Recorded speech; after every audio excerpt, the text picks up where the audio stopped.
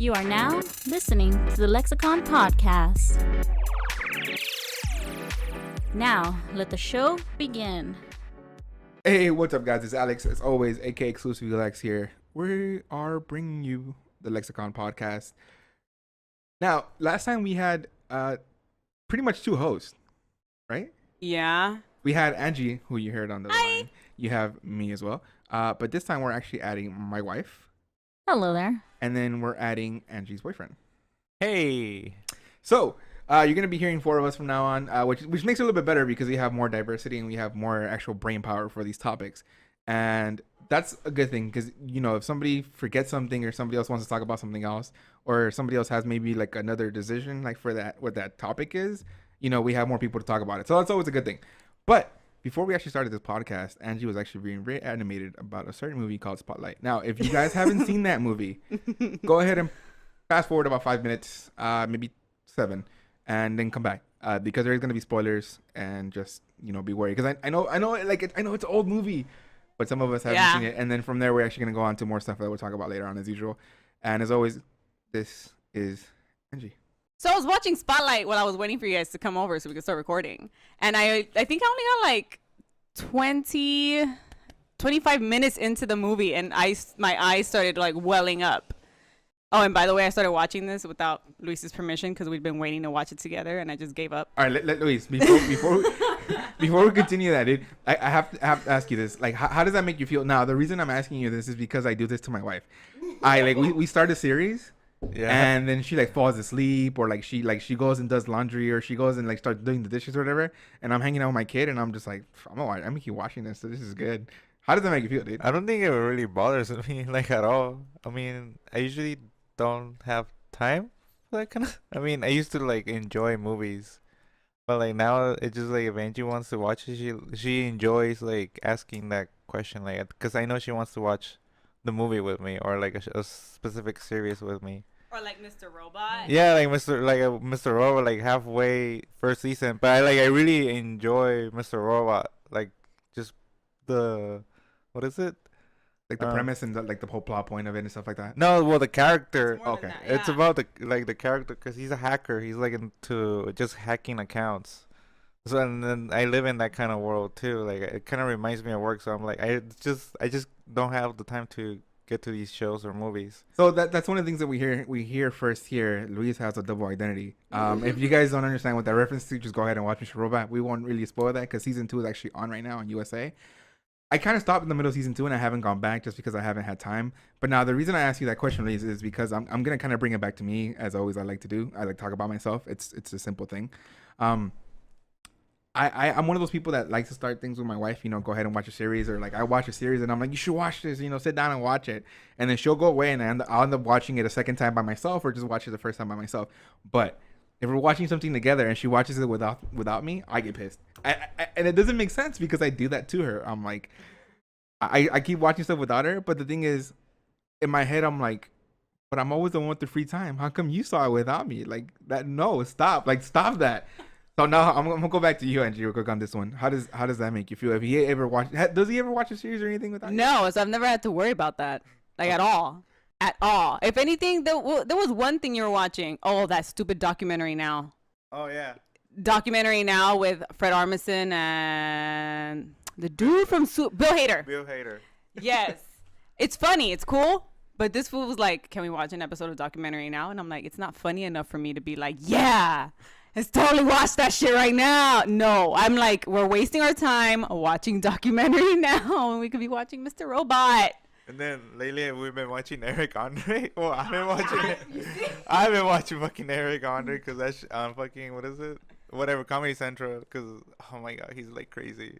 I haven't seen the stuff. It's like a talk show, but like going like the extreme, like the most outrageous ways of fucking up a show. Like he just doesn't. It's like Jackass, but like on live show, like live. So like, you recommend it to people if they haven't seen it? No, I totally like if you enjoy like crazy stuff, and, like taking to the next level. Like you know, like you normally have a storyline that's very cliche. That it starts from beginning to end, but Eric Andre just takes it to a different level. It's talk show. Wait, what? It's a shock talk show. Like, he just does random pranks and does random quote unquote jokes. Oh, I hate prank YouTubers, but this kind of reminds me of that. But that's a whole. And he nother does here and he there. does segments where he does like weird shit. You just have to be like in the mood to watch it.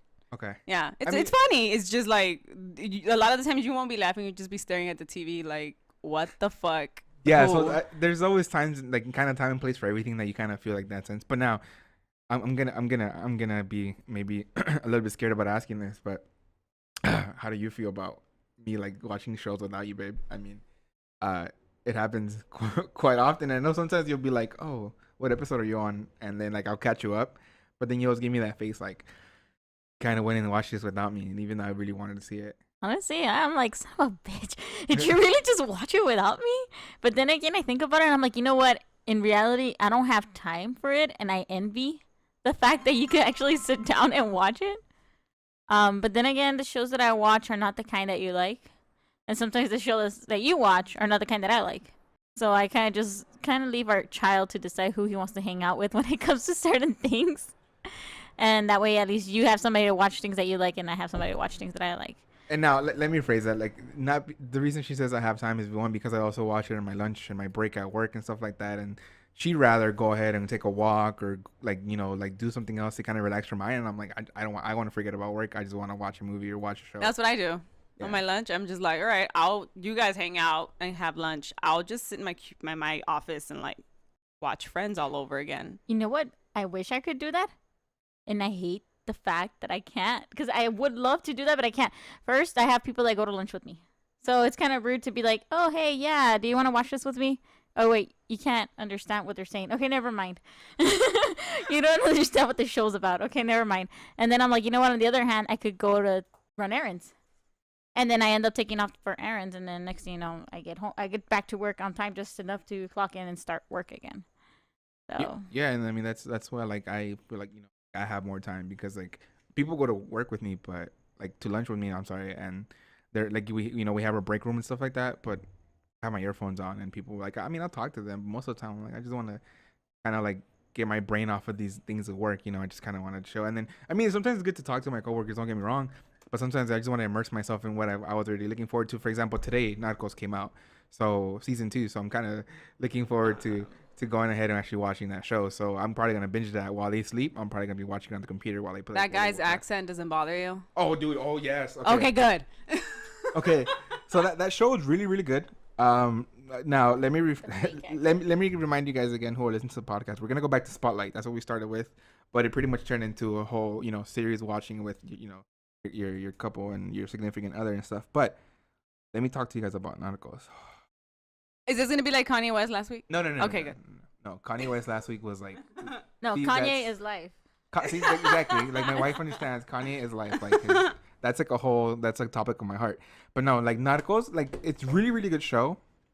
If you tell yourself to forget that guy has an accent. Now the reason that happens is because normally people have accents when they try to speak a different language, correct? Yeah.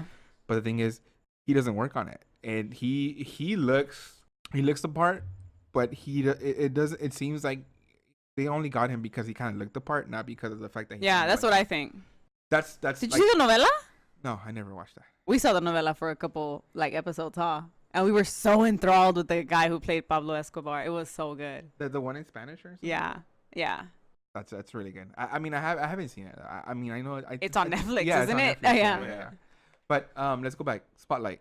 So I mean for those who don't know what Spotlight's about and everything like that, what is Spotlight about? Spotlight is about the church abuse scandal. That was apparently like I said, I only saw the beginning of it because then I started to get teary-eyed and I was like, okay, I need to like get cheered up before I start recording this podcast. But I guess they work for the Boston Globe and they uncovered all this information. But again, I may be still wrong. I'm only like 20 minutes into this movie. Where'd you watch it? Netflix. It's still on Netflix so far, so you can watch it. Meanwhile, it's there. I'm pretty sure they're gonna take it off for a while. But I just got to the point where they were kind of talking to some of the victims, and that's where I tapped out. I was like, nope, I can't do this right now. No. What was going on? What kind of victims? The abuse, But like what? molestation from priests. Oh, he doesn't because you were watching a series without And him. then, oh wait, a little background on Luis too. He didn't come to this country, our great country of America, until like what, 2001. Yeah, One. So there's times when I'm like referring to things that happened in the 90s, and he's like glazed over, like, what? Like when the People versus OJ came out, I was like, dude, the freaking OJ story is gonna be on FX, and he was like, okay, so, and I was like, OJ, the Jews. He's like, well, I don't know. I was like, you didn't know about the Jews, and he didn't know because he wasn't here. So a lot of the time, me and Luis will have the interaction of like, I'll talk about something that happened in the 90s. It's pop culture, and he just doesn't know what the F I'm talking about. So that's like pre-Britney Spears and Spice Girls era. Yeah, but it's like a learning process to me, like, cause I don't know the culture, like LA. Like I live here so many years, and I never like known about these events. Like the OJ thing was like for me when I was watching the show, that shit was crazy. I was like, what? This happened? Like really? Like a USC black football player that was a lot of people looked at him as like almost as like the white people accepted him as a black person because he wasn't. I mean, he wasn't. Quote, unquote, like he didn't even refer to himself as black. Remember, we saw that in the ESPN 30 for 30 documentary. If you guys haven't seen that, but we only saw the first episode because it was free.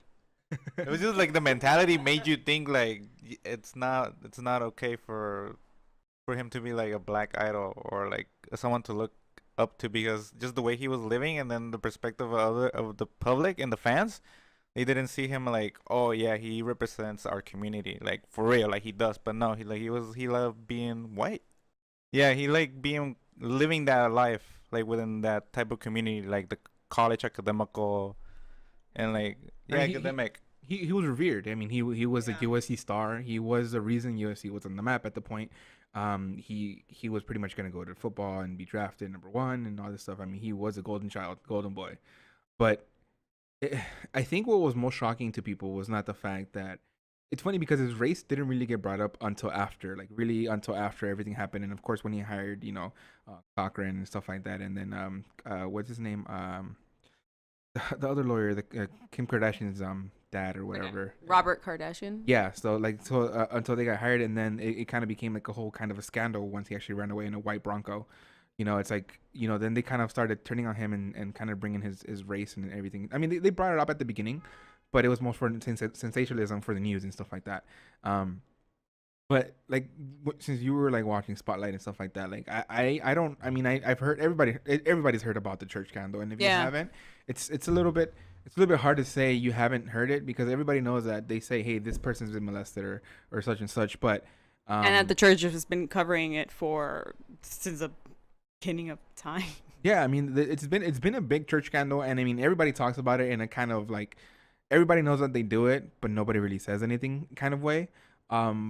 But my question to you is like, now that we're talking about kind of like this stereotypical kind of way, like were all the priests like that were kind of shown like one of white, like white stereotypical men, and then old, right? Is that almost? Yeah, I mean, and now I can refer to another movie that's not real, but like it's not nonfiction, but it's still they have been white so far. But I mean, we've had our own drama with that here in LA.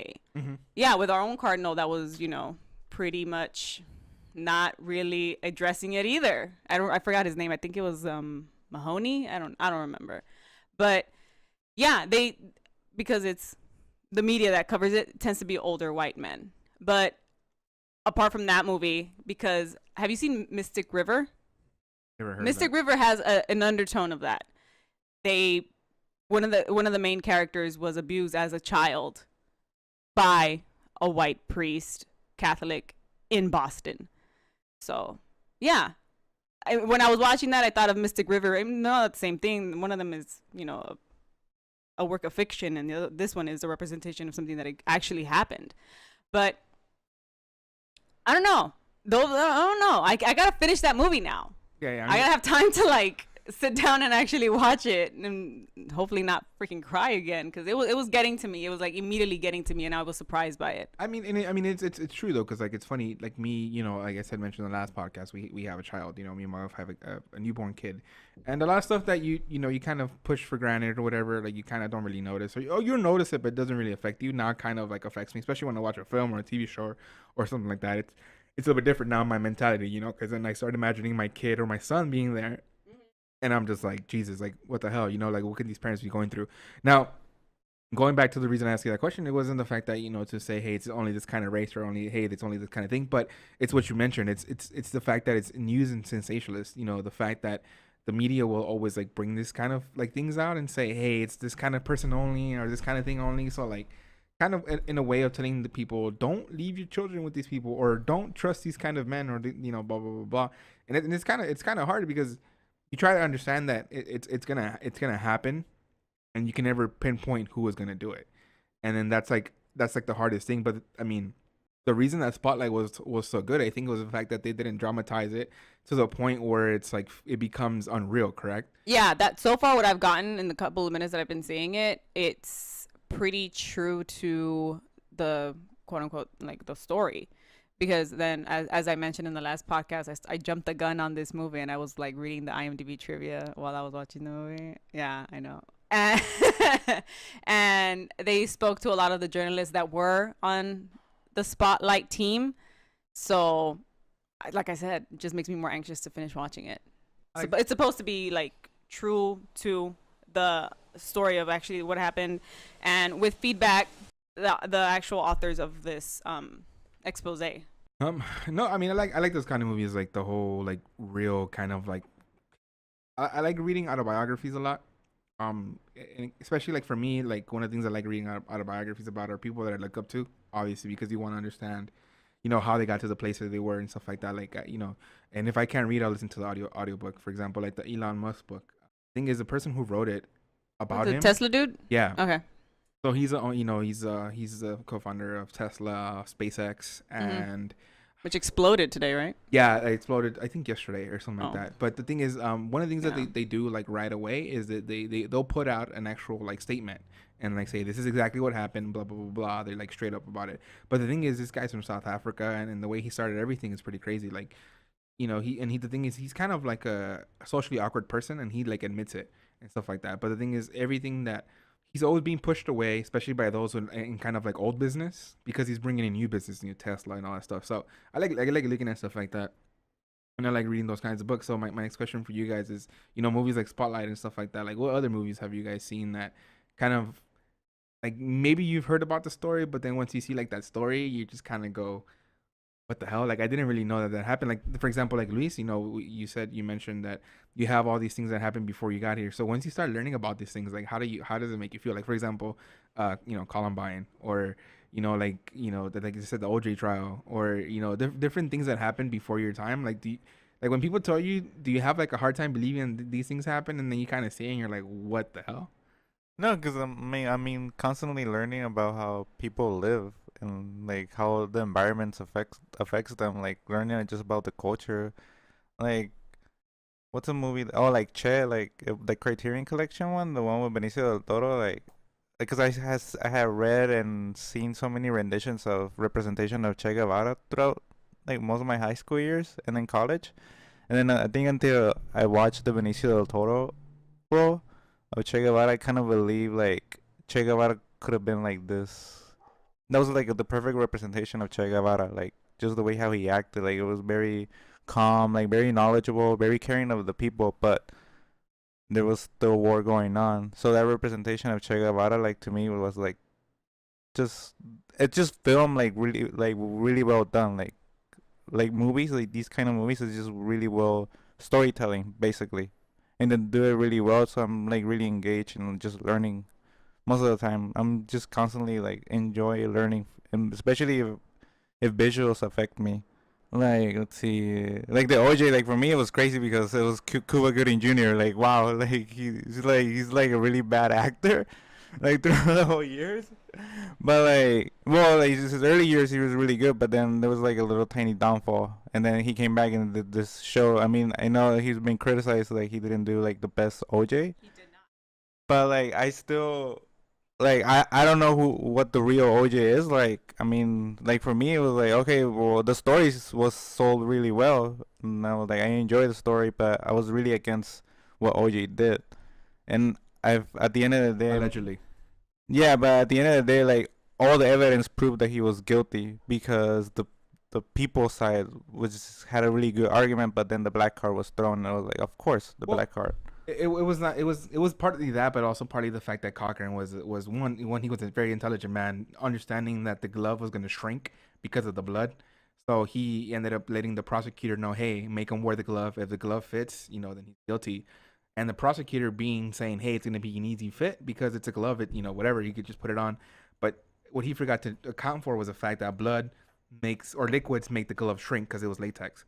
So when he put it on, it didn't fit. I thought they were leather gloves. I mean, sorry, yes, I'm leather. I don't Yeah, know they why I were said leather latex. gloves. They were from like Nordstrom, and the ones that he tried on, I believe, they weren't the real ones. I think. Yeah. So, like he tried on some other ones, and then they like accounted for like blood shrinking and the liquids making like the shrink and all that stuff. So when he put it on, it didn't fit. So that's where the famous line. I don't know if you heard it, but the famous line comes: if the glove doesn't fit, you must acquit. Which is, saying, hey, this is like evidence showing that it wasn't him, because he can't. Yeah, use but it. then I think media played a lot in it. So like, and then the LA riots had happened like a few years ago. Yeah, with the whole So like, it was either the court was gonna mess it up again, and then have again military in LA.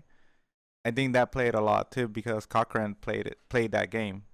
He sent out people against. What was it? The prosecutor? No, what's the other side called? The prosecutors? Yeah. Well, yeah, because there's on the media was criticizing one of the women because of the hair. That's what I learned from the show. Like, Marsha. yeah, Marsha, like she had cut her hair short, and that picture made the cover of one of the newspapers. So that was like the media really being like digging in. That was like when media was becoming like the new news. Like everybody was just like very alert, like quickly. Yeah, which is funny because that's like I don't know if you guys have ever seen Anchorman. Oh yeah. Like freaking Anchorman shows that these like it's a comedy obviously, but Will Ferrell comes in and he kind of says, hey, they're covering the news, and then he's like, oh my god, there's a car chase, like go turn to the car chase, and then like let's make it all sensational, and then it's making fun of what is now the new media and stuff like that. But like to to the rest of you guys, what about movies that kind of like sensationalize things, like kind of dramatize? Like, is it hard for you guys to kind of see like, hey, this is a documentary versus this is an actual movie that's in there for one, the ratings, and two, I mean, they're gonna try to keep it as close as they can to reality sometimes. But most of the time, like they always make it more dramatic than it seems or whatever. And of course, the acting, like you mentioned, Cuba Gooding Jr. being maybe not so great in this film, or you're watching a Criterion film, and sometimes the acting is really really stale in those old movies as well. Like, I mean, I don't know if you guys watch like older like stuff like that, and you think there's no way that this is actually how it went down, and you kind of think, hey, they're just kind of lying out of the teeth to kind of make it seem like this was the right person, like that did this, or like this person was wrong or whatever. Like making a murderer leads us to that, the whole other thing that everybody criticizes making a murderer because they only show truly one side of the case. And yes, they brought out these stats and these this evidence and stuff like that was maybe thrown out and or taken care of and kind of showed a different light. But the thing is, that documentary on Netflix itself was really criticized because of the fact that they never really showed the other side. They just kind of show this is what's missing and this is what we think. And obviously, it's opinionated. It's not it's in a way it was factual because they were trying to prove that this person was innocent. So you're just trying to say that was probably biased. Yeah. So like, how is it? Like, are you guys able to see stuff like that and understand that maybe the director can be biased, or maybe they're showing the truth, but then at the end of the day, you kind of still have to stop and think, did this really happen, or am I gonna be on this side because of the fact that I just saw a film that I really enjoyed about it? Yeah, I thought about that, especially when it ended, and then after I finished watching it and I started hearing that, oh, season 2 is gonna come along. I'm like, do we need a season 2? I didn't know it was gonna be a fucking TV show. Yeah. So once it went from a documentary to a series, it kind of started losing my attention. And then that dude just came out of jail, right? Didn't they let him go? Brandon Dassey, I think that's his Yeah, name? they just I think they're releasing it, and I think they're opening up the case again, correctly or something like Oh damn. I think that was a bad mistake from Netflix because they made that whole it's like they made, I don't know if you watch like nightly news, channel 7, like on ABC nightly news. They it was like just one of those random stories that happens like in the Midwest of America. And I think the formula that Netflix took was like, hey, sure, why not? Let's make this short medium into like a long form, like make it into episodes. And now that, like, I never seen the show, but like just like knowing that type of format that's out there, like storytelling, just doesn't work to make it into season. So like it loses its appeal because okay, the guy's already out, so now what? Just one of them, just the just younger one? dude, not the main, not the main nephew. focus, not the main. I don't want to say character. You see, you want to go towards that Yeah. language, but it's not the main character. It's the guy who was accused of killing that woman. He's still there. It's his accomplice is the one who got let go. And I mean, what about you, Liz? Like, for you, for you, like the kind of just sat down and because I know you started recently watching it and then kind of stopped. Like, what I mean, other than time, what made you kind of start watching it, and then what made you stop? You know what? I don't even know because I just started watching it because everybody was saying that it was good. So I'm like, you know what? I like these kind of shows. I like watching. Well, I used to like watching HGTV. And I used to like watching all these like the first 72 hours or 48 hours actually that's what the TV 48 hours 48 is hours good. there you go. That's what I used to love watching. That was my go-to every single time that I would get home from work. Now seeing that this was up on Netflix, I mean, you know what, I could watch it little by little without worrying about, hey, I missed this, hey, I missed that. But somehow in between watching show by show, kind of in the middle, you start losing interest. Took me like about a good 2 months until I started jumping back on the wagon to watching it. And in the end, it just kind of, it's something that pisses you off because you're like, okay, you have all this, you let the little one go, but you won't check on the guy that you guys put in jail the first time, found out he didn't do anything and let him go. And now you guys are accusing him of something else. Like, why not just look into the police to find out what kind of corrupt things they're doing? I mean, no, I don't think it needs a season 2. Yeah, that's what I think. I don't think it needs a season 2, but Kind of like damn, now we're gonna go on another fucking tangent. Okay. Kind of like Serial, the first season of Serial. I'm glad that that's there. It's done. They didn't continue the story of Adnan, but if they were to continue that story, this season 1 of Serial, I'd be over it. I'd much rather just have that podcast do what it did and just expose that story, and then, now it's taking a whole turn. I think now they're gonna do a retrial because of the new evidence that was uncovered and the new witness that came forward and said more information about that day of where he was. So I think that's where I have a problem with Making a Murderer, with the season 2 of Making a Murderer, because it's not necessary. Like, I feel like if you think you did a well enough job doing this series documentary, that should be enough for the public and the judicial system to do its job. Yeah, so like it's for me, the thing is with like shows like that, like a podcast that is called Serial. If you haven't seen it, if you haven't heard it, I'm sorry. It's a pretty good podcast, but again, it's also a little bit biased in the way that they're presenting it. They try to be unbiased the way they try to present all this evidence and stuff like that. But I think she's done Sarah Koenig, I think that's her name. She did, so far from what I've like listened to in other podcasts, she's done the best job trying to remain as unbiased as possible. And but the problem with that is that when she doesn't know what happened in some places, she's always like she tries to kind of fit it back into the evidence as this is what we know, this is what we don't know, but this is what might have happened. And that's where it kind of like that's where a lot of people don't understand about like sensationalism, and when it comes to like films and media and stuff like that. Give facts, but when you start giving opinions or your thoughts on what happened is when you kind of blur the line between reality and fiction, because you start going into, hey, this is what really happened, this is the evidence, but this is based on this and this and this might have happened in the forest, or this might have happened at this time. And it's kind of like, now you're kind of putting your own spin on it. And the thing is, not everybody is going to understand that's your opinion. People are going to start. Yeah, that was her own research. Yeah. She did it on her own. Yeah, with the help of her producers. And then, but that's the thing is like when you start kind of saying and giving your thoughts on things as far as like opinions or something that maybe, hey, this person was innocent or something like that, or anything like that in that difference, it's when you break the documentary purpose. Yeah, but because she did that, now he's getting a retrial. Yeah, You see what I mean? So there can be like a difference. That's why I revere her as like the best person who's done that so far. No. I mean, and that's completely understandable. But like, what my point comes into the thing is, you know, you have Making a Murderer who's gonna come with season 2, right? Yeah. So if they're making a season 2, what were you holding back? First of all, are you gonna make it now that he's out, or blah, blah, blah? Did you know he was gonna go out? Did you kind of have a, hey, this person, that, you know, the people told you, hey, that the court said, hey, this person's gonna be released. Which again, if you're not the lawyer, there you have no reason to get that information. Obviously, you know, lawyer-client privilege. But if you were doing a season 2 without knowing this, what were you holding back? What evidence was happening? So the reason that, you know, we kind of tangent into this and stuff like that is that Spotlight would not be the same film that it is, you know, the Oscar-winning film and all that it is, if they were making a sequel. It's like if they were making a sequel, it would be, hey, this is what happened from this date to this date. Now this is what happened from this date to this date. And it's kind of like, okay, now you're just kind of doing it for ratings. Like, yeah, you can kind of hold dates, but it's just like, just release what you know as far as the basis of information. And then if you really want the law or the court to take over, then let them take over. You know, don't try to be the ones to push in evidence or push in things. And then, you know, when you become the detective and you don't have that license to become a detective, or you know, you try to become the cop when you're not the cop, it's a whole different thing too. So it's like, I mean, I don't know if you guys would feel good about seeing a Spotlight 2 after Spotlight 1. All right. I'll let you know next week once I finish watching it.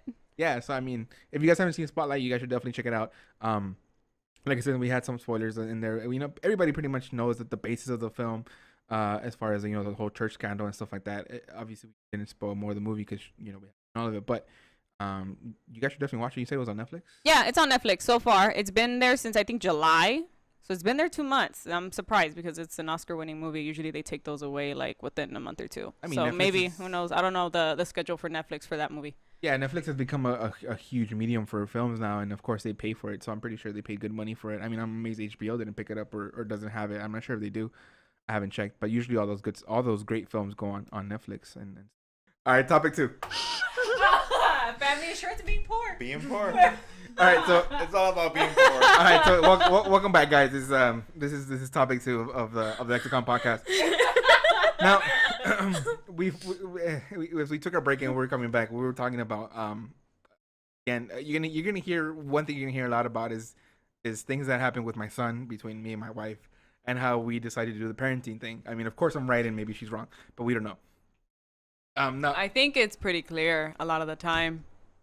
that I'm right. I know. I totally understand.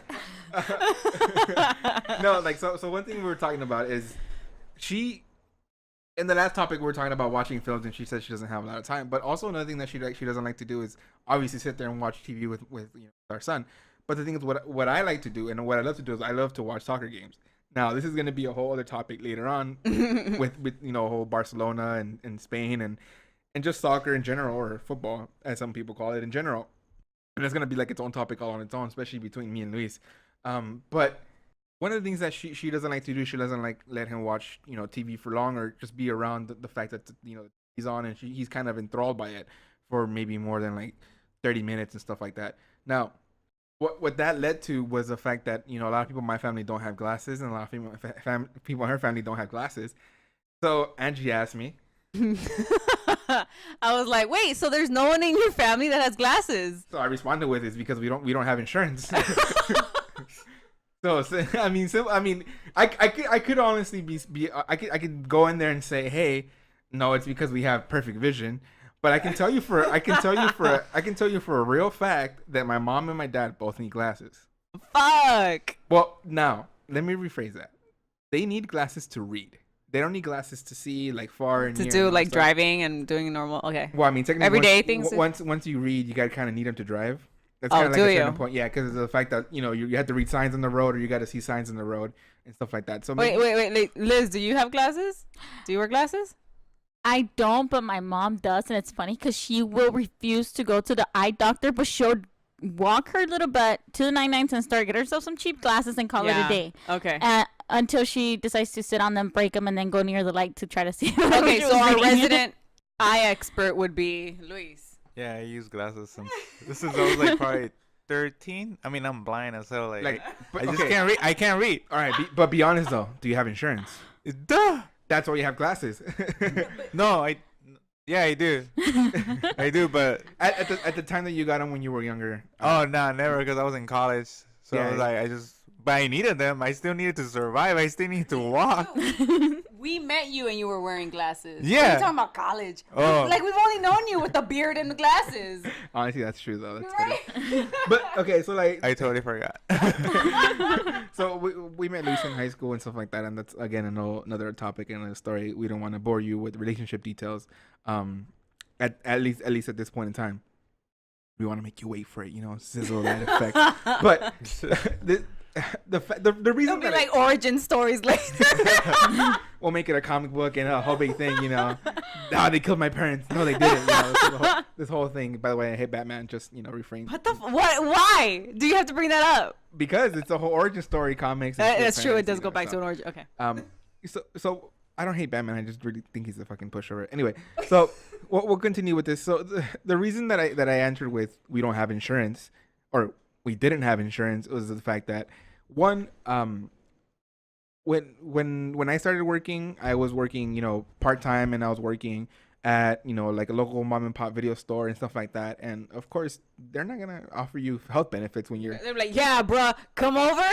Rent out the DVDs, the VHSs. We'll hook you up with some fucking insurance. What the fuck? Imagine. Like that wouldn't, honestly, that wouldn't work. But the thing is also, my parents, like a lot of parents, of Hispanic descent, are people, people coming to this country are immigrants. And when you get here and you're not fortunate enough to have papers and all that stuff, right when you get here and everything like that, of course you work for it, and then the country understands and realizes that you're an honest, person working for it, and you finally get papers.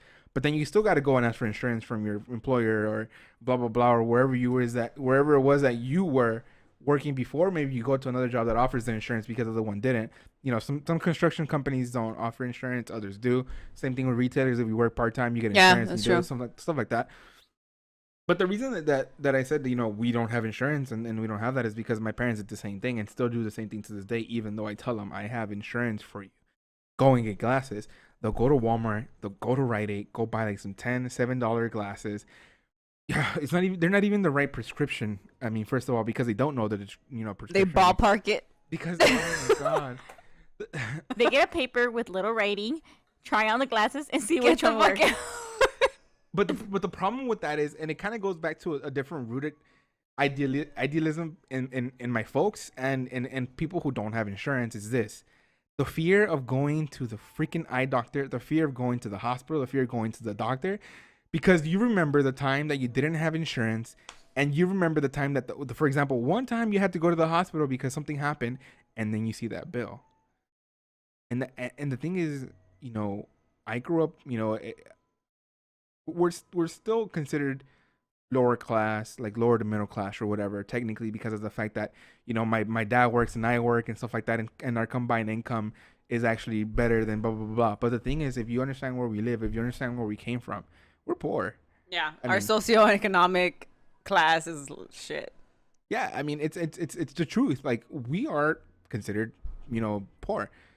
Now, the fact that we're able to rent an apartment, or the fact that our parents were able to buy a house at some point, or the fact that my parents still rent, does not mean we're over that median where, but the thing is, if when I went to school, I was able to put in, hey, my parents make so much money, I get financial aid, I got my degree. So the government pretty much said, okay, you did what you had to do, now pay us our money back. And that's what I'm doing now. But the thing is, if I tried to do that and financial aid was not given to me, at least in my situation, I probably wouldn't have gone to college. I probably wouldn't have gone to university. I probably would have just been working. I mean, I worked full time while going to school full time. Yeah.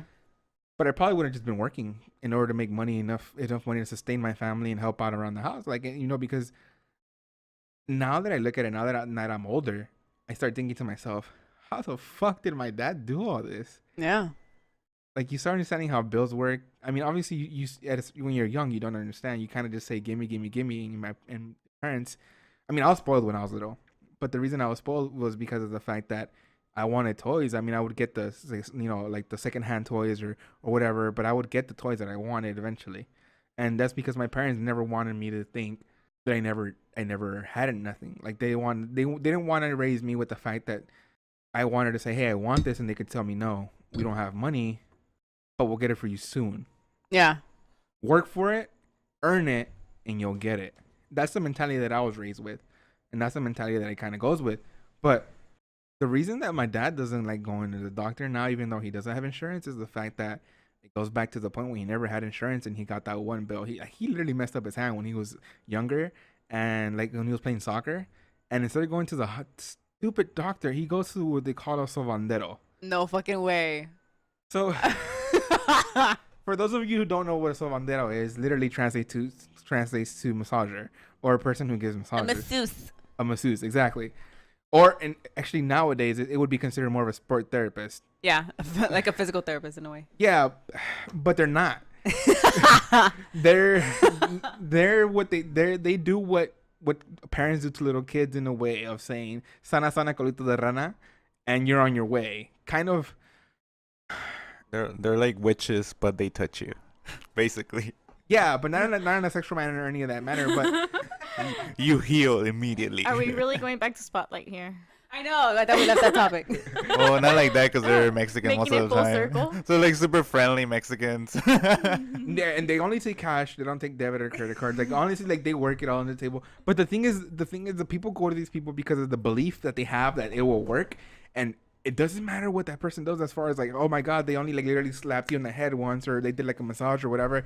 You walk out of there and they tell you, put on some fucking papas on your back, or Yes. put on some like, drink some 7-Up and you'll be fine. But the thing is, the belief that these people have that it works is insane. But let me tell you, that belief is sometimes enough. Man. Yeah, like, it is. The power of belief is way more than enough. It's just insane to me, like how they do that. But it's like the same way that there's a tea for everything. No matter what I always go to my mom for. I'm not gonna fucking lie. I'm like, Ma, my stomach hurts. Go outside and go cut this leaf from this over here, but make sure it looks like this color, cause then it won't work. Or go to your tia, go ask her if she has this. it's the old Mexican remedies, and let me tell you, I mean, to this day, I still use them too, like hierba buena and Oh yeah, aloe vera and all this stuff. It's de limon. It's not just for your face, people. It's not just for your face mask. Like all these natural remedies, I mean, obviously they came from somewhere and they were used and they work. Let me tell you, like they work and they are cheaper than some of the doctor systems that they have. I mean, unfortunately enough. And then the thing about us, and by us I mean like Latinos in general, we tend to exhaust that outlet before we even go to a fucking doctor. So if I can't cure it with a tea, if I can't cure it by putting some fucking hot leaves on my back, then eventually I'll make my way to a doctor, even if you already have insurance. And then this is the thing though, like a lot of us not having insurance, or a lot of us growing up without having insurance, know and understand how the free clinic works this way. Show up, sign in, you wait for about 5 hours to get called in, then you wait another hour for the doctor to show up, check you for 5 minutes, tell you go get Tylenol. Yup. Oh no, but it's over the counter Tylenol. It's the hard stuff. It's the hard stuff you can't just add up by taking like it's times 5 more pills. It's the I gotta ask you for ID Tylenol. Yeah. But like we gotta swipe your ID. You gotta make sure you don't have any criminal record. We gotta do a background check before you can get this Tylenol. But this is the thing too. Like what a lot of people like that understand, that like their free clinic works. The saying goes, when you go to a free clinic, you show up sick, leave with different disease than you are. Because of the fact that you're there so long, you're around people that are sick, you end up catching the flu from them, or you catching the cold from them, or you end up catching bronchitis from them, because of the fact that like right there, dude, it doesn't matter if it's contagious, you'll get it by going up to the doctor, because of the fact that you have to wait so long in a place that's not as cold. So all this is gonna bring us around to one of the things that I want to ask all of you guys about is, what are your experiences with, because I know all of us grew up in this kind of also, socioeconomic background, some of us worse than others and stuff like that. Obviously we're in this together now, as far as sitting around this table and talking about these things At my parents' house, like I mean, like Come on now. I mean, that's a whole nother origin story there too. Yeah, I mean, there's stuff like that. But the thing is, you also understand right now we live in Southern California, where the housing system is to try to get a home is just incredibly difficult. I mean, you can't make it on a one-person income anymore. Yeah. Especially, at least not in South LA, no, not in California. You just can't. You can go to the Midwest. You can go wherever it's barren. You gotta move. You gotta pick up and leave and go somewhere else. Yeah. But the thing is, and we're not gonna talk about that. But the thing is, what I want to ask you guys about is, what are some stories that you guys can remember where when you wanted something really badly, or you just remember that your parents did something that you knew that they couldn't do because you understood that you were technically poor, you technically couldn't afford it, but yeah, your parents did something, even if it was going to a free park or going to a free carnival or whatever. Yeah, again, I never had those kind of moments because I was raised in Tijuana, and well, we live like in this poor neighborhood where just the kids it was like neighborhood kids, and we just go outside and play. But like with my parents, they were just, I mean, I'm only child, and my parents weren't that very attentive. I mean, they were attentive, but they just didn't know how to raise a kid. That was like I like to have fun, like with anything. Like I get distracted by almost anything, and I enjoy it. I know how to enjoy things, like even if it's the smallest thing, because I was that kind of kid that I never asked for stuff, but they just gave it to me, and I was like, why am I receiving something that I don't like really deserve? Like, what have I done to amaze you?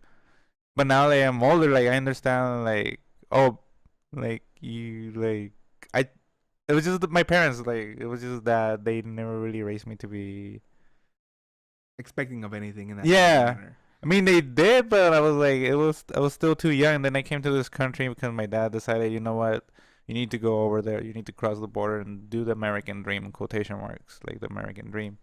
And then now that I'm like old and I understand, like I still don't understand why that happened.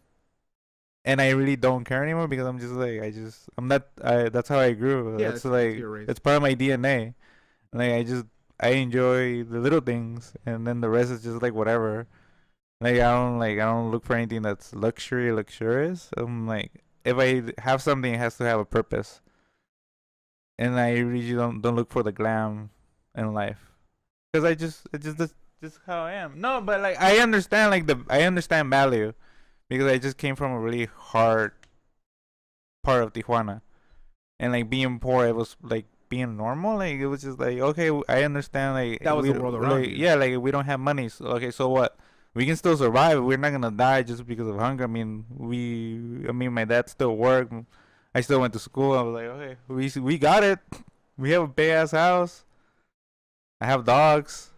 Yeah, I mean, like cool. So like in your eyes, in your eyes, your parents did what they had to at that moment to kind of like, one, survive, and maybe they didn't know how to raise you, but you understood why everything was the way it was, at least maybe when you got older and stuff like that. But now that you say you figure out value and stuff like that, and you understand how things are, when the reason I ask is because some people don't understand how finances work. Some people don't understand how money works, and for somebody who's maybe never had it, and then all of a sudden you get an influx of it, if it were to ever happen, or maybe it has happened where maybe you get, maybe let's say you're normally getting your paycheck for $100, whatever, and all of a sudden your paycheck is $1,000, and you think to yourself, holy shit, I just had $900 extra dollars, I don't have to pay it back or whatever. Like a lot of people, in our state, and instead of truly saving it and stuff like that, they go and spend it, or they say I can treat myself or whatever. Does that happen to you, or do you have the mentality of I'm gonna just save the money for whenever I need it? I mean, how does it work? I mean, and it's all, nobody obviously judges anybody, because we're all gonna talk about it, and I mean we're all gonna get to that point. Because for me growing up, the way it was is my parents would tell me, yeah, we don't have enough money for this, do this and that. So I would save half of it, but the other half, I'd be like, let's go party. Let's go buy some video games. Let's go buy some toys. Let's go out to the movies, blah, blah, blah, blah, blah. And what really messed me up financially, in a certain part of my life was going to university. And was the fact that, one, my parents didn't have enough they didn't have enough for me to get a dorm. They didn't have enough for me to buy my books and any of that. Financial aid obviously helped with books, but the thing is, I didn't get financial aid for like a full ride. I got financial aid where it was like maybe like $1,000 like a semester. And the thing is, with the way that the school systems work, those books weren't cheap. they were like, especially nowadays, what they do is they make a pamphlet and they print it out and they say you got to buy it at the school because it's a school textbook, and they charge $300 to $400 or $500 for that, the actual price of that book. So what I ended up doing was I took so many classes, and the thing is, a semester system or quarter system, depending on where you are, that's always money going in and out every time a new semester starts, every time a new quarter starts. So for me, I ended up getting credit cards. Hey, it's my first credit card. I use it for books, blah, blah, paid it off. And then I had my student loans, apart from financial aid, to be able to afford a car to commute to school, because I had to commute to school, which was a 2-hour drive or like a freaking 2-hour bus ride. Like it was like an hour drive, or a 2-hour bus ride. 3-hour bus ride. Yeah, because I used to take 2 buses if I wanted to be extra lazy, because I could honestly walk like the path to get to the first bus, and then I had to take the blue line to the red line to the orange line to the 66 bus, and that was from like 5:30 or 6 in the morning, and then I would get to school right at 8 a.m. and I would have to run to class because I don't want to be late. They would start like 8:15 or whatever, and I had to like rush it, and this was going there and then going back was again another 2-hour ride. So I remember like sitting down and holding my book bag, because I would be on the blue line at 7 p.m. And for those of you who don't know, the blue line by Hollywood at 7 p.m., it's not the best place to be. At night, 8 p.m., that's where all, as they like to call it, all the crazies come out. I mean, I've seen people get their shoes stolen. I've seen people like their phones stolen. Like, I mean, who steals shoes, first of all? But you have the newest Jordans because you got some financial aid money, and you better hide them if you're going on these locations. But so going back and referring to you, like, how does that? So when you get like an influx of money, or when you get like these things, like, how do you react with it now? And like for me, like when I get like just money, it just goes directly to my savings. Like there's like nothing. I don't know. I just don't spend it. I'm happy. I'm happy most of the time. No, and that's a good mentality to have, honestly, because a lot of people are miserable when they think that they don't have any money, or they feel like they can't live without extra funds in their pocket, or they feel like they have to spend it in order to enjoy it. So for those of us who don't have the same mentality, for example, like I didn't used to have the same mentality until I started working for a financial institution. Have the same mentality of, hey, I got a credit card, let's go spend because we have extra funds. But then they don't realize you get charged interest, you get charged all this other crap. There's a reason they give you that money, because they want to make their money back. So for those of us who don't have like system mentality, like what can you let them know? Like, hey, this is why you should do it, or this is why I do it. Because obviously the fact that you save is a good thing. It's never a bad thing to save your money. Although they say it's always a bad thing to save your money and never use it, because of the fact that, one, you're never gonna get the use of it out of it. So why do you have it? And two, it's not gonna flow into the economy and blah blah blah blah. Yeah. But that's a whole other reason, because like they say, the 1% doesn't do it. The 1% saves, and the 1% doesn't put it back into flow. It doesn't put it back into circulation, and that's a fact. That's one of the reasons why they say that the country is so much in debt and stuff like that. But obviously, the fact that you have this money is gonna afford you the luxury to later on be able to put money down for a house, and be able to, if you ever feel like you want to buy something, which again you don't, but if you ever feel like you need to, you have that there, which is a cushion that a lot of people don't have. So like, what would you say to those people that don't save? Like, how would you convince them to save? Like, I know you say you're happy and you have the mentality, but others don't. Like, does that make sense? I mean, like for me, just strategy. Like if you want to like buy something, like strategize, like plan it ahead. Like how are you gonna pay for something that's like $500 or $1,000? Like how are you gonna pay for that? Like for me, that's just how, I don't know. I just got used to it. Like, yeah, I can't afford this. So when am I gonna be able to afford something like buying a car? Like when I bought the car, I was like, I just bought a car. Like I didn't really strategize like afterwards. But you didn't strategize because it was an emergency. Yeah. He ended up getting this car that he has now because he got in a car accident and the other guy fucked up his car. But he was able to just rebound from that so quickly because, he had that cushion. Yeah, and I was able to buy like the car that I always wanted.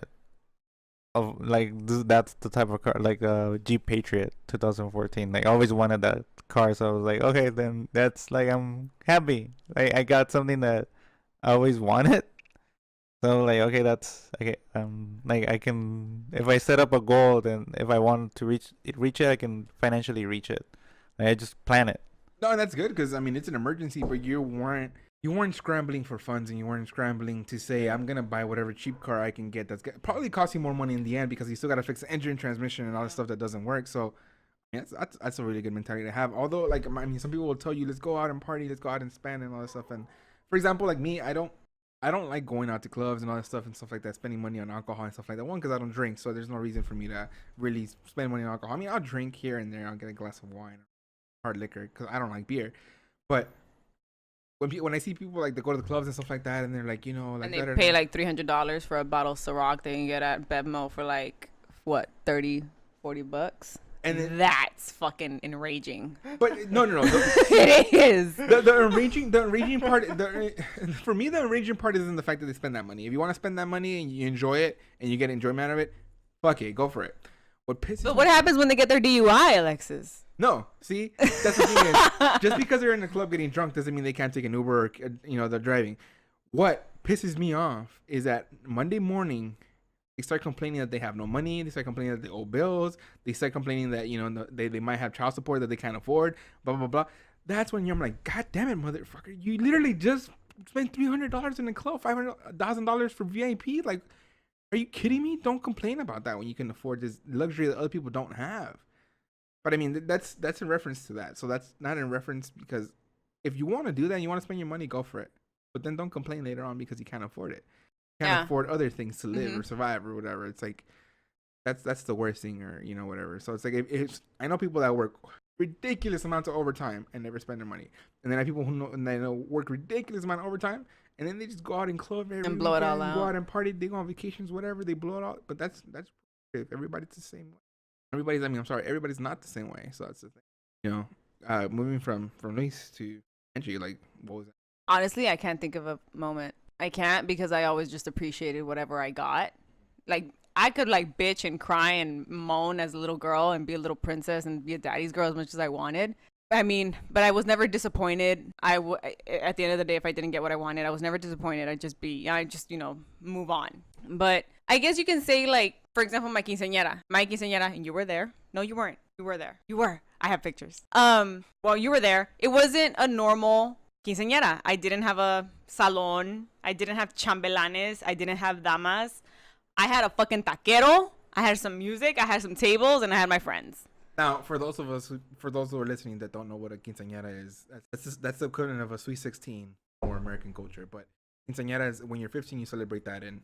But yeah, so I had a really I wouldn't say low key. It's just how I wanted it. But I also knew that I couldn't get more than what I had already asked for. So I knew I couldn't get a salon, and which I didn't want.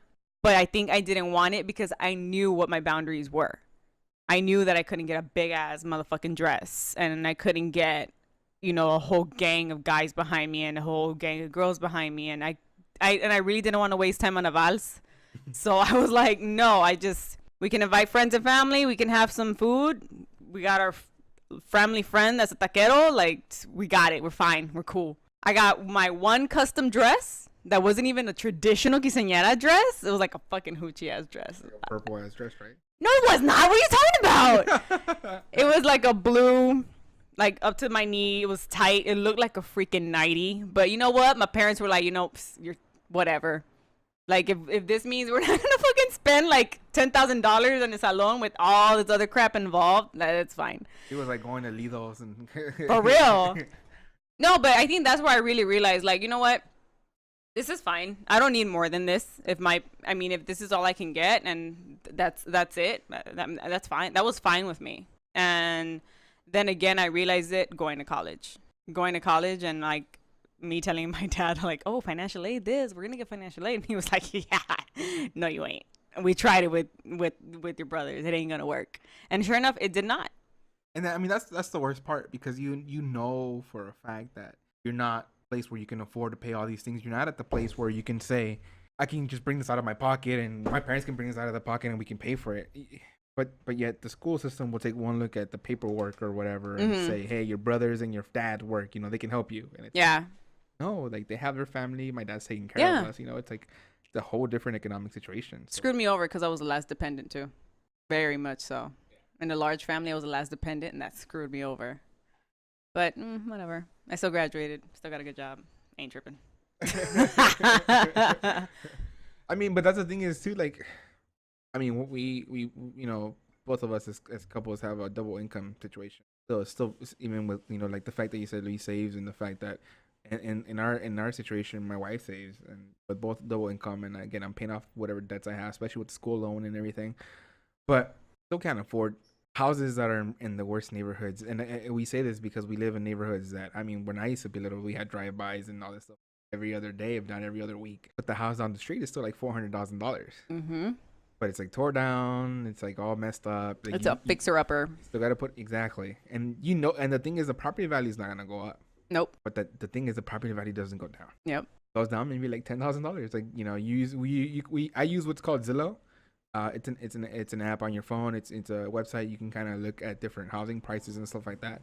Obviously, they're not completely accurate because it changes day to day. And obviously, you can put in different offers for homes. But crazy, like to understand, like I've always thought to my parents, like thought my parents pay so much for rent. Why don't they just spend this much money on paying a mortgage?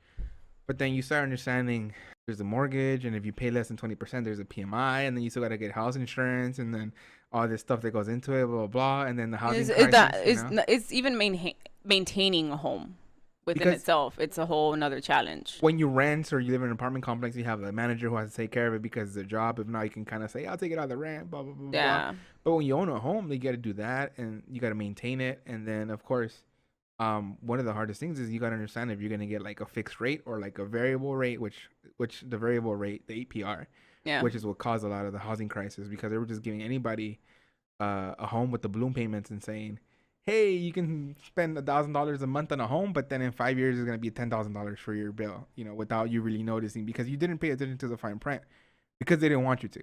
For me, like knowing somebody like you that has that situation where you say, I appreciated that thing, I know it's not a front, and I know it's not something that you're just saying because you want to sound like that golden child and all that stuff, I tried leaving.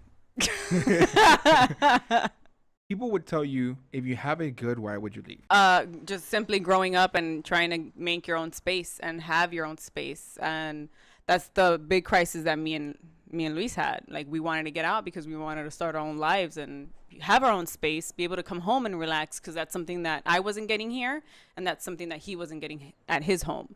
So when we got that opportunity, we jumped for it, and we made sure we were good enough to be able to do that jump.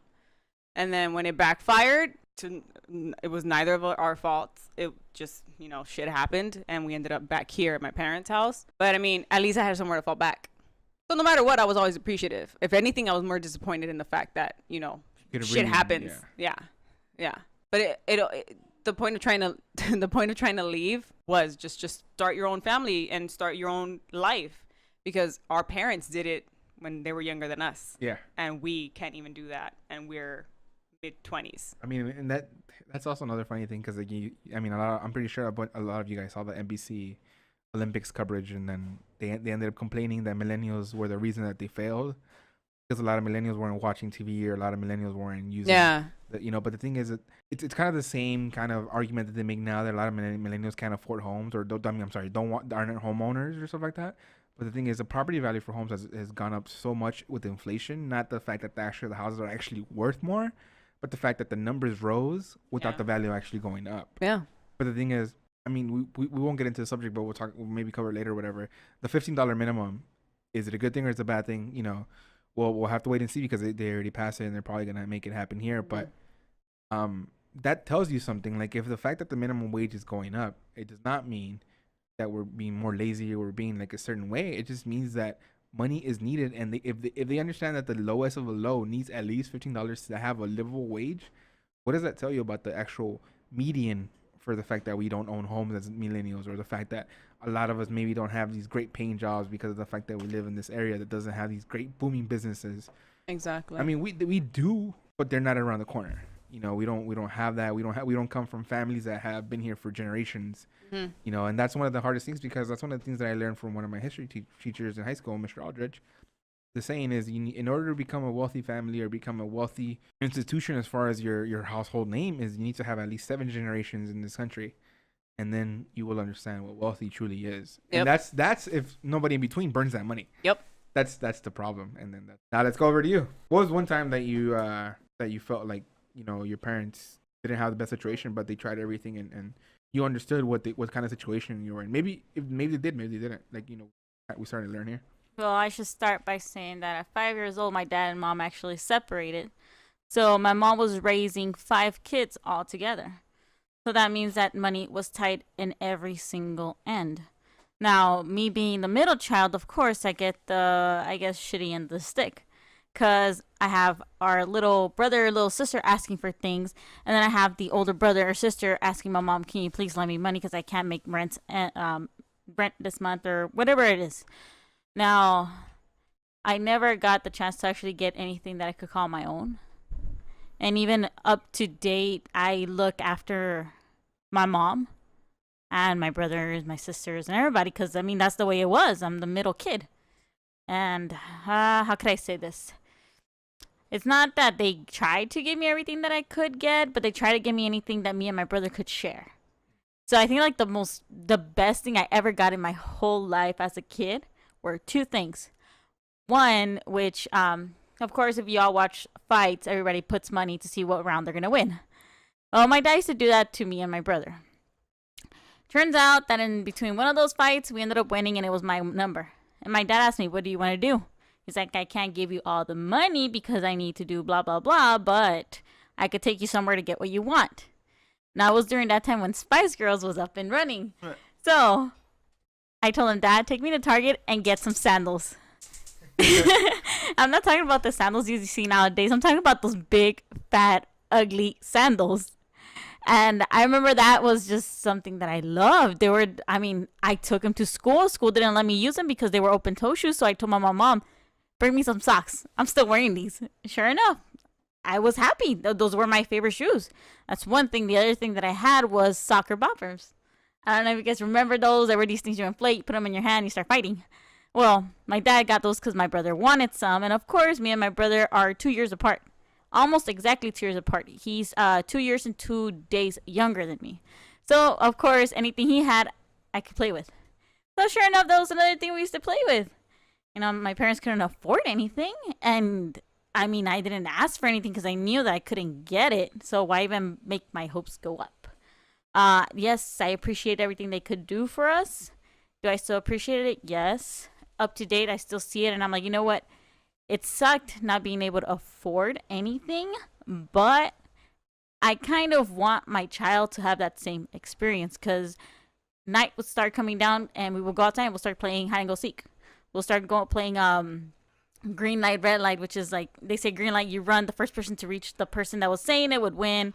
It's different things that you get to experience outdoors. I guess, I don't know, I was just very appreciative of everything. No, I'm not college educated. High school, hey, at least I made it through that. I wasn't able to go. That's pretty much it. I appreciate everything that they've done. Does it have something to do with the economy? Yes. For us to not be able to afford a home, you know, being in our 20s most of the time, anybody around us can't really afford it. But it's just something in LA where living costs can range from $1,500 and up for something small. When you can go down to where my brother is in Indiana, mortgage is like $800 for a 4 or 5 bedroom sometimes. It's just crazy ridiculous. Yeah, a lot of it also pertains to, technically they say you live in LA, you go to LA, you have everything a 30-minute drive away. More like an hour. Work takes me Work today, being Labor Day weekend, not being a lot of people going to work, took me 35 minutes to get there. On a normal day, I have to leave my house an hour and 15 minutes before I go into work to make it on time. Yep, so the saying goes, in LA, everything is 30 minutes away if there's no traffic. But LA traffic is always existent, so it'll count for an hour and a half to where you're going to get to. For example, like the 405 and the 10 freeway are always being in construction for some reason. They're always jam-packed. Now, one thing that you mentioned, of course, I know these stories, obviously, when it comes to your parents trying to give you something, did you understand that they were trying to give something, or would you say, like, if it ever came to that time, because I know you said that they only asked you a couple of times, but If they ever tried to surprise you, would you take it, or would you instead yourself say get something for me and my brother, or say no, just take it back? I know we can't afford it. Jeez, my mind is so bottled that I can't even remember anything like that. I mean, I remember me wanting a computer so bad that my mom couldn't afford it, but my older brother at the time could. So he actually purchased, I remember it was a Gateway.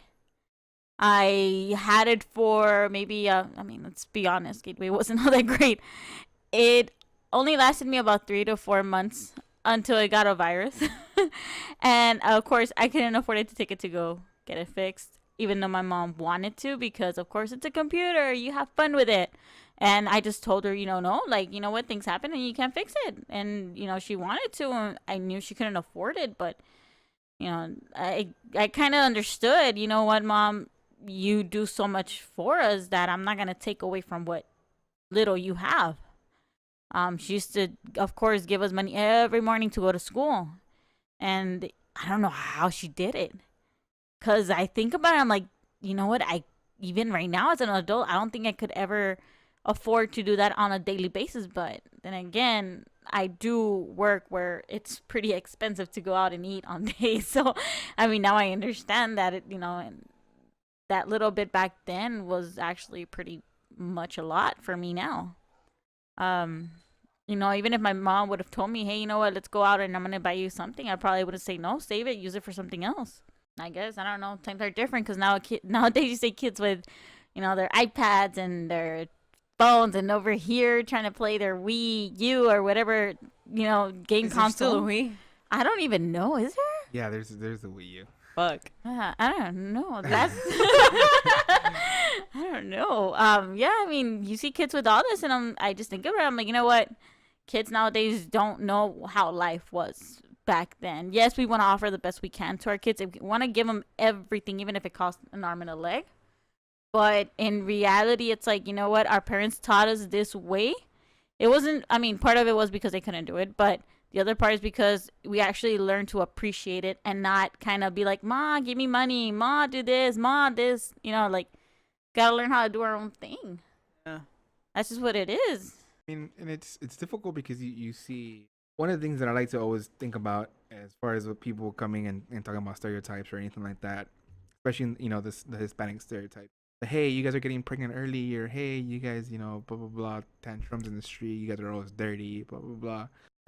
The thing is, I know people that their kids are dirty because they can't afford anything at the time and can't afford anything, or, and my mom has gone to the point where she's, gotten our old clothes and given it to them. Like, here you go, your kids can't have it, but my kids already went through this and we don't need it, so take it. I know, it's like we don't know the concept of throwing away clothes. Exactly. You don't throw that shit away. You put it in the garage. You give it to someone else. Now that's a really, really good point because, okay.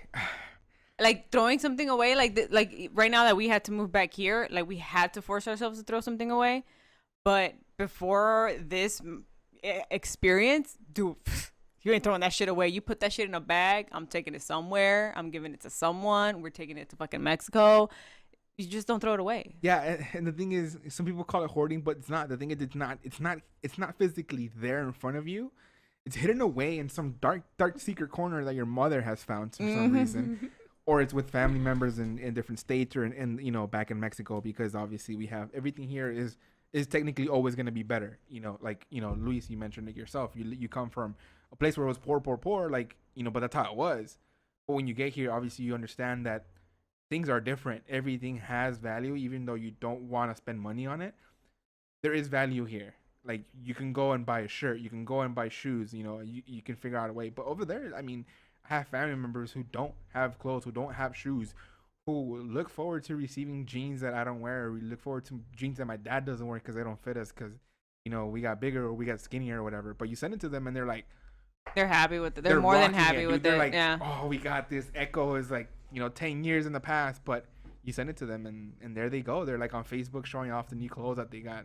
Or when you have to buy like those certain shoes for that certain fucking party you're never gonna fucking wear again, and then you send them down to your cousins and you're like, fuck yeah, they found a second home, because I'm never gonna wear those again. No, but okay, so the reason that I say that's a good thing you mentioned that is because right now that my mom helps us by babysitting our kid, I get to my parents' home and I pick up my kid and he has a cobija.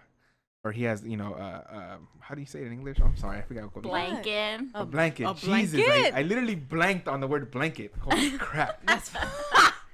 It's been a long day, people. Ladies and gentlemen, it is Friday. But so I get there and I see a blanket on my kid, and I'm like, okay, whatever. They bought him a blanket, and then my mom's like, no, this is your blanket Oh, it's so cute. from when you're little. So yes, obviously it has sentimental value because I was little, but this also brings back the point of Like, now we're gonna hold this shit till you have a kid. 25 years later, it's still there. My next question was where? The apartment complex that my parents live in is not big in any sense of the word.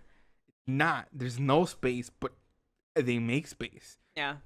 And now I mean they have my first pair of shoes, they have my first blanket, they have my first blanket that my babysitter made for me or whatever, blah blah blah blah.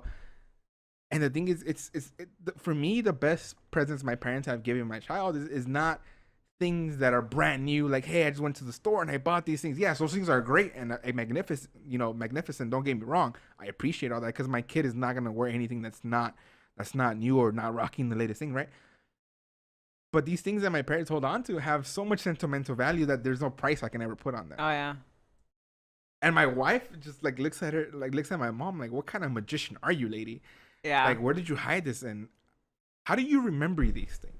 First of all, how do you remember where she's a mom? Like, yeah, exactly. But first of all, how do you remember where you put it? And how do you remember that was the first blanket, or how do you remember that was the first pair of shoes? Obviously, you're gonna remember because it's your first kid, and or maybe not. And everybody has different memories. But Jesus, lady, where the hell in that crevice did you put this thing? And it's spotless. It's like not dirty or ripped or whatever. It's like still brand new, still perfectly taken care of. Even though I probably threw up and pissed all over it when I was little, but it's perfect. Like and my kid will never understand, and maybe until he gets older, what that holds in value. And until Liz hides it for another fucking like 25 to 30 years. Honestly, I have his little outfit I took him out from the hospital. My mom has stashed mine away. too. Yeah. And I'm like, you know what? I'm pretty sure my mom has all of ours. It's because you just want to hold on to it because you're like, you know what? You came out of me. Yeah. I want you to hand this to whoever comes out of me. Just like a little, you know what? We can't pass down money, I guess you could say, from parents, but we know that we have something that we want to give our kids from our hearts. Yeah. And that's what our parents hold on to. They're not like, you know what? This has meaning as in worth. But to us, it's more than any kind of price value you could put on it. And that little blanket, I swear, I see it, and I thought his mom, I don't know, got it from somewhere. She bought it or something. She just told me, or she made it because she actually does knit. Oh, yeah, she does. She That's made, a whole other topic.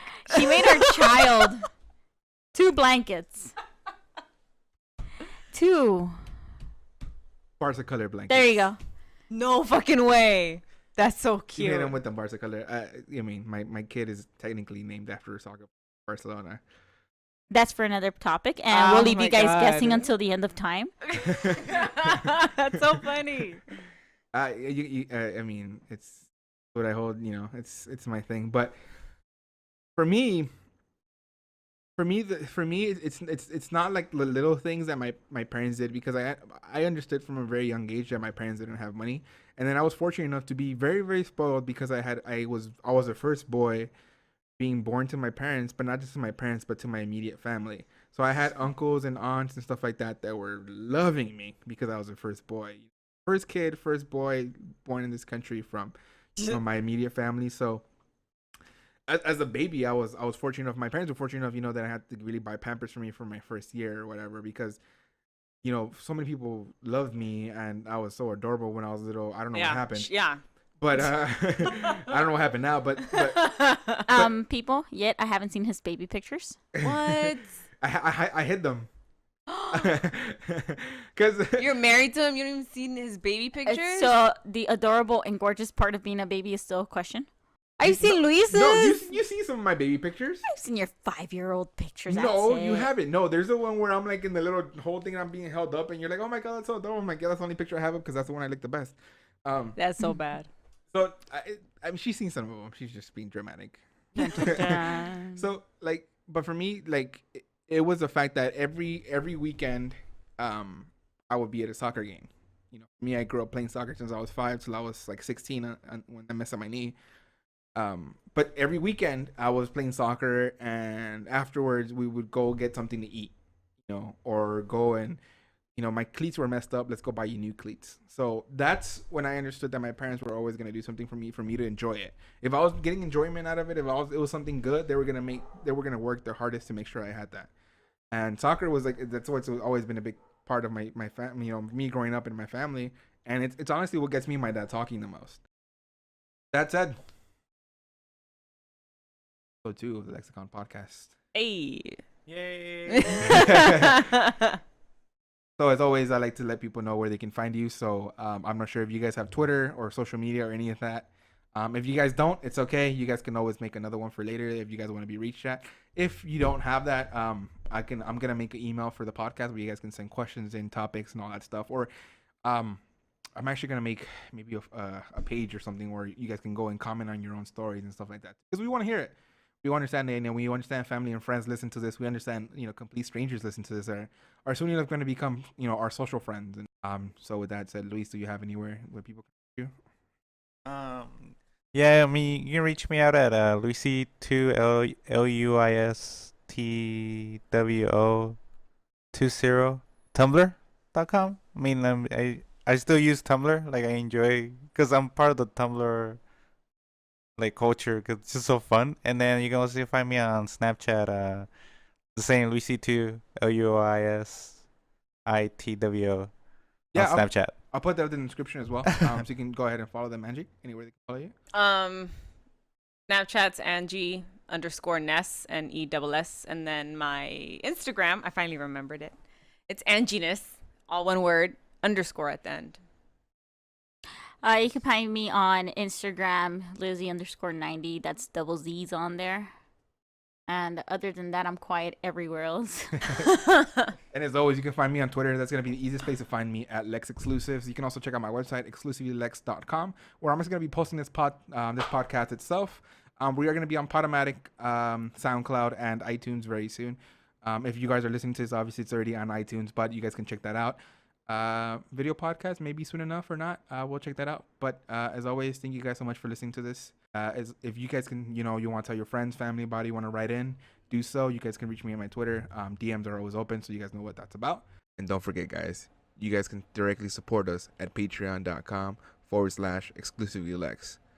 That's patreon.com/exclusivelylex.